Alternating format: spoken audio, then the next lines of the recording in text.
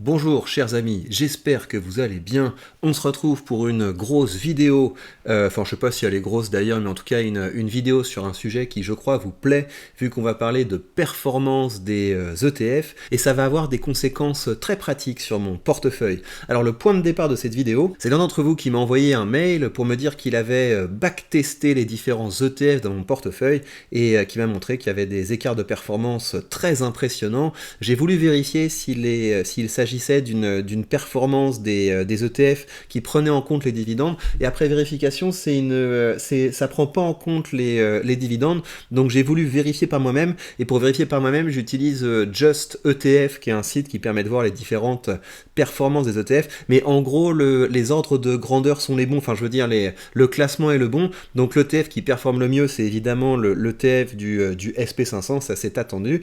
Ensuite, on a l'ETF du monde, donc le monde entier, mais pas spécialement celui qui verse les hauts dividendes, qui est quand même assez loin derrière. Ensuite, on a l'ETF de Vanguard qui verse de hauts dividendes, donc ça c'est un de mes ETF préférés.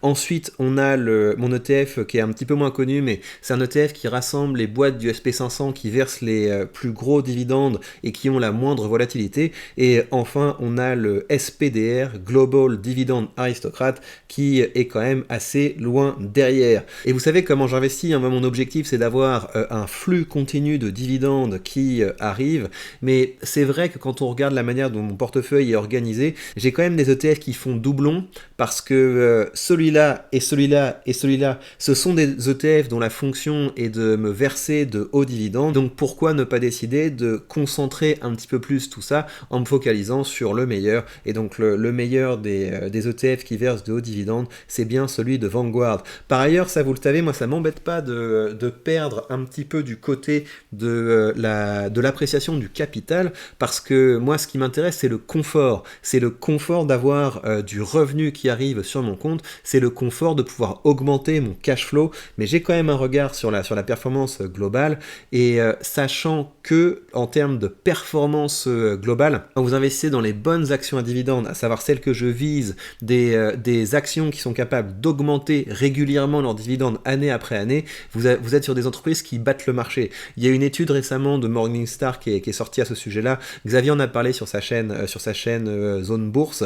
Vous pourrez aller voir sa vidéo à ce sujet si vous ne l'avez pas déjà vu. Mais en tout cas, c'est ça mon objectif. Mon objectif, c'est d'avoir à la fois une sécurité sur le plan du cash flow, mais c'est également d'avoir mon capital qui, tant qu'à faire, s'apprécie. Et s'il y a moyen de battre le marché, c'est encore mieux. Mais les ETF qui versent de hauts dividendes, dedans, il y a quand même pas mal de boîtes qui stagnent parce qu'ils sont plus orientés rendement du dividende que croissance du dividende, et c'est leur fonction évidemment, parce que ça c'est des ETF qui sont là pour générer du cash, souvent pour des investisseurs qui sont plus en phase de capitalisation mais qui sont en phase de récolte, et donc il faut faire attention à pas trop se faire larguer. Donc moi ça m'embête pas d'avoir une partie de mon portefeuille qui est là pour générer du cash flow, mais j'ai pas non plus envie que mon portefeuille traîne trop la patte, et donc je vais prendre une décision sur la base de tout ça. Je suis donc allé voir les différents ETF pour comparer, et effectivement le SPDR Dividende Aristocrate, même quand on met les dividendes inclus, c'est pas brillant. Donc vous voyez, ça c'est sa performance maximum depuis qu'il a été introduit, et donc ça veut dire depuis 10 ans, il a une performance de plus 69%.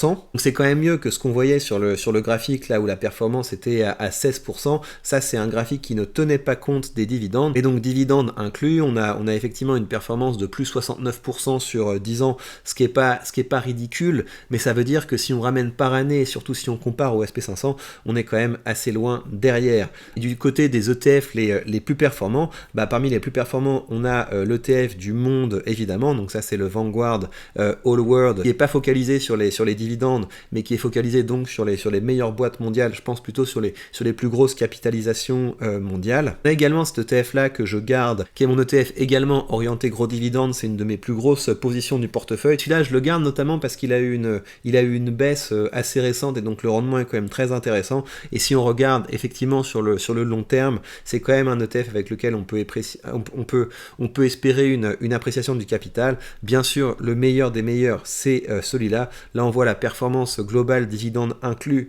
depuis 5 ans, et si on regarde depuis qu'il a été installé institué, on a une performance qui est tout à fait satisfaisante. Mais encore une fois, moi j'ai pas l'intention de faire all-in sur le SP500, surtout en ce moment parce qu'il est quand même assez haut, mais j'ai déjà une part importante dans le SP500, donc je vais conserver un équilibre entre ETF monde, ETF SP500 et ETF qui verse des dividendes. En termes de décision, qu'est-ce que ça m'a amené à faire? J'ai décidé de sortir de ma position, mon ETF SPDR Global Dividend Aristocrate, qui est donc celui qui performe le moins bien parmi mes ETF qui versent des dividendes, et l'argent je l'ai réinvesti à deux endroits. J'ai renforcé ma position dans l'ETF All World, donc le simple. Je vous avais dit dans une vidéo précédente que j'avais envie d'augmenter ma position dans celui-là, donc il est ici. C'est vrai que c'est un ETF qui historiquement a pas trop mal performé chez moi, et donc maintenant ça devient une position plus conséquente de mon portefeuille, mais surtout j'en ai profité pour m'acheter une nouvelle ligne sur ST Microelectronics, parce que en fait j'ai moins de problèmes à m'orienter vers des boîtes de croissance, parce que je sais maintenant comment avoir du rendement avec les boîtes de croissance.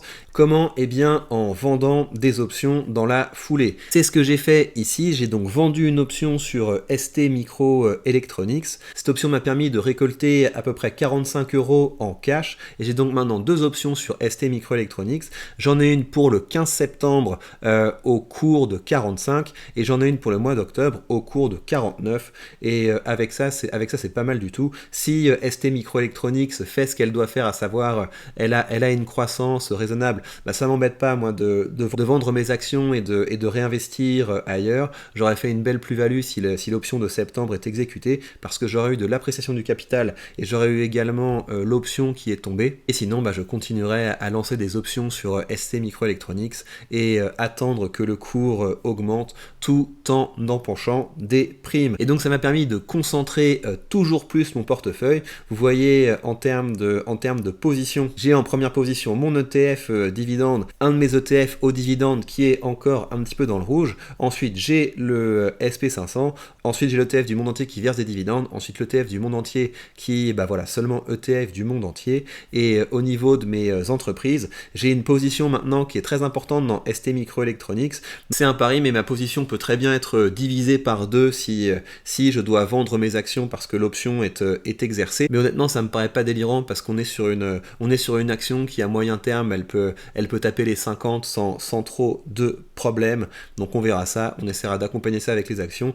Et en attendant, bah, cette boîte de croissance devient une boîte de rendement parce que je fais des options grâce à elle. Si on regarde maintenant au niveau du total de mes revenus passifs, c'est ça qui est assez cool. On voit que rien qu'en revenus d'options pour ce mois d'août, je suis déjà à 300 €. Et si j'ajoute les dividendes que j'ai reçus et les revenus des loyers Realty, et ben on est déjà à 517 € en revenus passifs. Ça devient très intéressant et je suis vraiment content d'avoir commencé cette stratégie à options, parce qu'on voit directement l'effet sur le revenu passif. Et donc ça fait du mois d'août le mois au cours duquel j'ai touché le plus de revenus passifs. On a dépassé enfin la barre des 500 € de revenus passifs. C'est un très bon début, et l'idée ça va être d'aller encore plus loin que ça.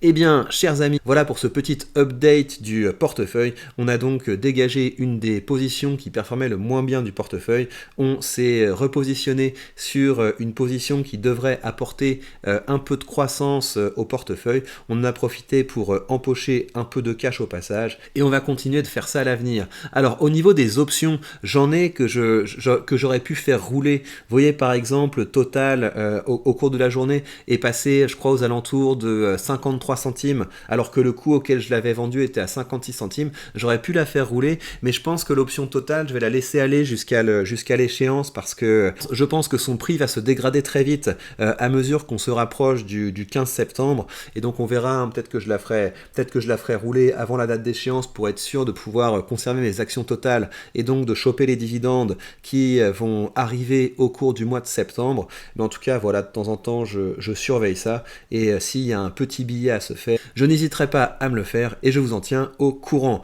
Je vous rappelle donc que si vous voulez commencer à investir pour empocher de la plus-value, pour empocher des dividendes et pour empocher des primes grâce aux options, vous avez sous cette vidéo le lien vers le courtier que j'utilise, mon courtier de Giro, mon partenaire vers la liberté financière, et en suivant ce lien affilié, ce qui est bien, c'est que vous bénéficierez de 100 € de frais de courtage remboursés, ce qui vous permettra d'ouvrir vos premières positions de façon tout à fait indolore. Et si vous voulez aller plus loin, ça se passe ici, ça se passe sur la page Patreon, où je viens de publier ma watchlist, les entreprises dans lesquelles je vais vraisemblablement investir dans les prochains jours. Vous avez une description des fondamentaux de ces différentes entreprises, et je vous ai également fait une vidéo où je vous explique tout ça. Donc si ça vous intéresse pour choper ça, et ainsi que tout le reste du contenu exclusif, vous avez peut-être 2 vidéos exclusives qui sortent par semaine sur cette page Patreon. Et bien c'est seulement 3 € par mois, le prix d'un café. Prenez bien soin de vous, et on se retrouve très vite pour de prochaines news.